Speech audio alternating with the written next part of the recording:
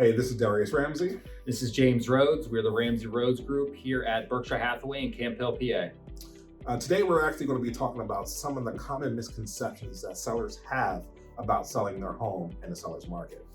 Yeah, oftentimes we're coming across many people who are looking to put their homes on the market, and they really have a lot of false misconceptions on really how competitive this market is. And a lot of people just think, we might be able to sell this house on our own. We can get top dollar for it.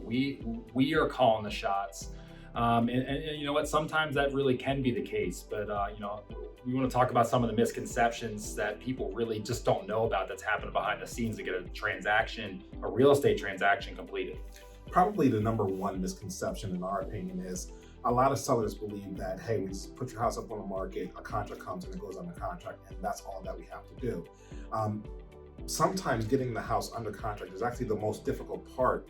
It's not the most difficult, that's the easiest part of the sales process, is making sure that the agent who is going to be listing the home and helping you out has a good understanding of the different financing types, what kind of lender required repairs might be required, home inspection, how long they take. There's a lot that goes actually into selling the home outside of just finding a buyer that wants to buy the home. Yeah, on top of everything that goes into it, there's a lot of people that touch a real estate transaction as we go through the process.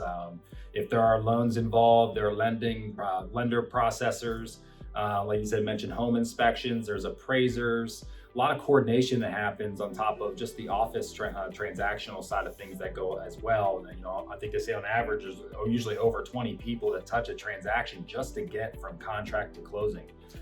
There's a lot that happens. Yeah, and another popular misconception is that we can list the home for whatever the seller feels as though the home should be listed for. Normally we go through and we actually pull comparables. And one thing that we have to make sure that we understand is that even in the hot seller's market like we're in right now, yes, you can get multiple offers and it can raise that price.